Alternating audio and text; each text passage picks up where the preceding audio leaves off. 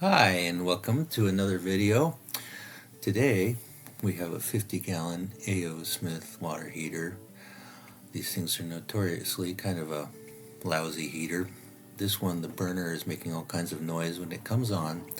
It's vibrating the pipes, making a really loud humming sound that is eventually going to damage something. So they sent us a new burner assembly under warranty. Of course, the first thing we got to do is get the old one out and have some coffee. We're going to disconnect all the wires first. The thermocouple, which is the one I'm pulling on now, and then the other little, this is the igniter, and then the last one, I'm not sure exactly what it does, but it does something.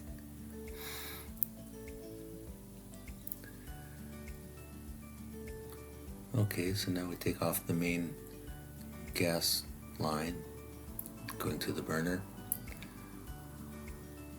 Thank goodness it wasn't overly tight. If they're too tight, you could even crack the gas valve. This one was fine.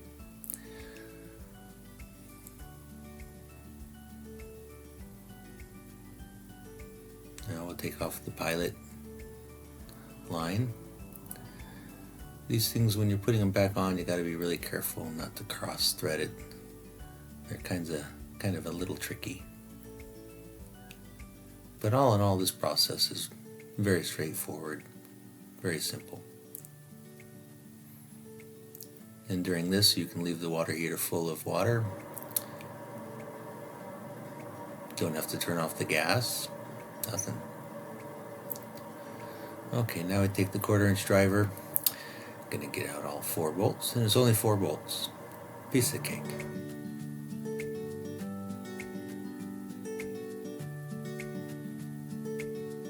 I probably should have fast forwarded through this part, but bear with me. Good times.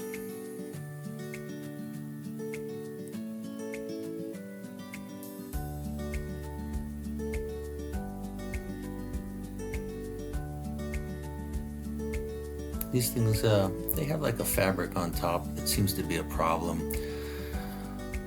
Often they'll get an error on the gas valve that says clean burner screen. And I've tried cleaning burner screen and it never seems to help. You'll see in a minute. Okay, so basically it just slides out. There's like some insulation that might be stuck to the assembly. So just kind of deal with the insulation, kind of peel it away. Like that. And voila! Out comes the burner.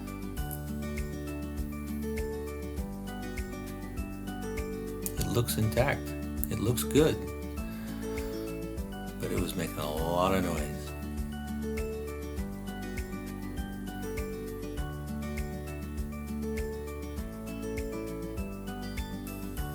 Alright, so here they are, side by side.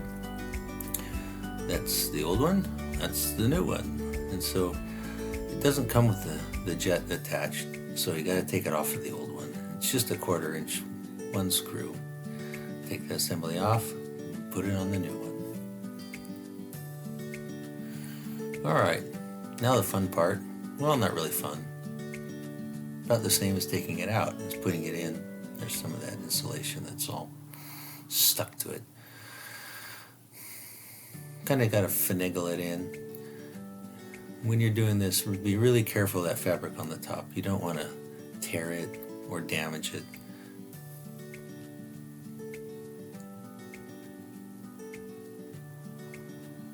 So see, slides right in, and you got to line up the bolts. That might be the hardest part of this whole operation, is getting those 4 screws to line up.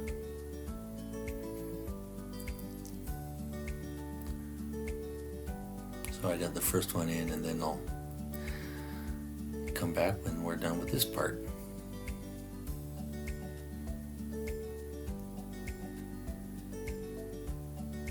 There it is, all 4 screws magically appeared. All right, so now the this pilot tube is kind of a pain, and I want you to make sure you don't do what I'm about to do, which is slide that fitting down the tube and then bend the tube. Because at that point there's no way the fitting will go back up, as I discovered just now. It's like, oh shoot. So now you gotta straighten it out, try to get it perfect, and slide that barrel back up towards the end. Damn it.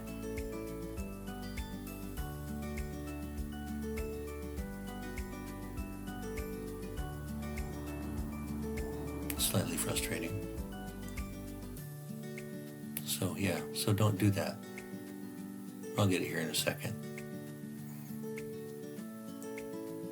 Ah, there we go. Beautiful. Slide it up in the pilot hole. Make sure the tube is all the way up. Tighten on the fitting.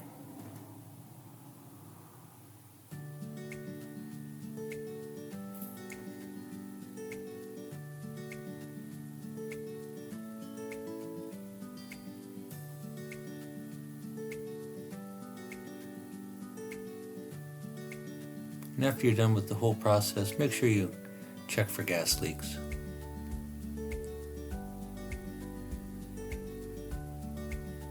I have a little electronic tester, but you can also just use a lighter, and if you see a little flame, then you know you have a little leak.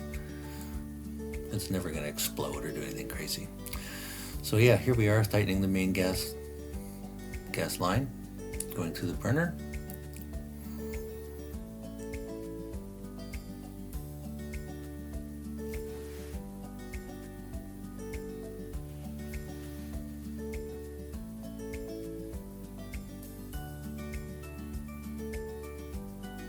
Beautiful.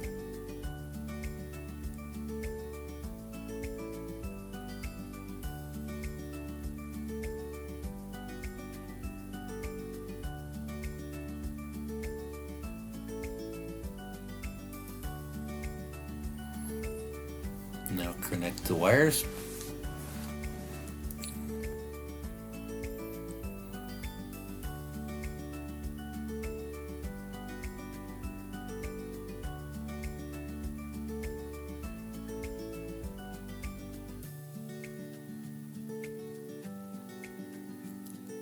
Next, the igniter. And voila, we're basically ready to go. Fire this thing up.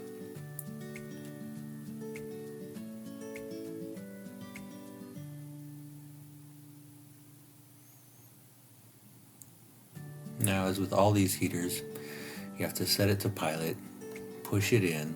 When you push it in, it's letting gas go down to the pilot. Then you push the clicker button and make sure you hold the pilot button down after you've pushed the clicker a bunch of times, because it takes about a minute for the thermopile to heat up, and then the status light will start to blink. When it starts to blink, then you know you're ready to turn it on.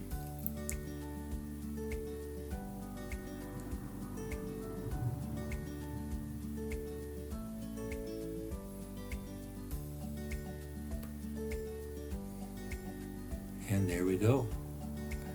Looking good. Don't forget to like and subscribe.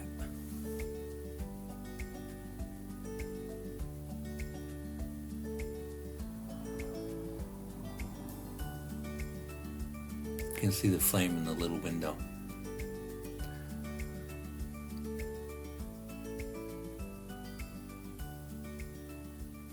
There you go.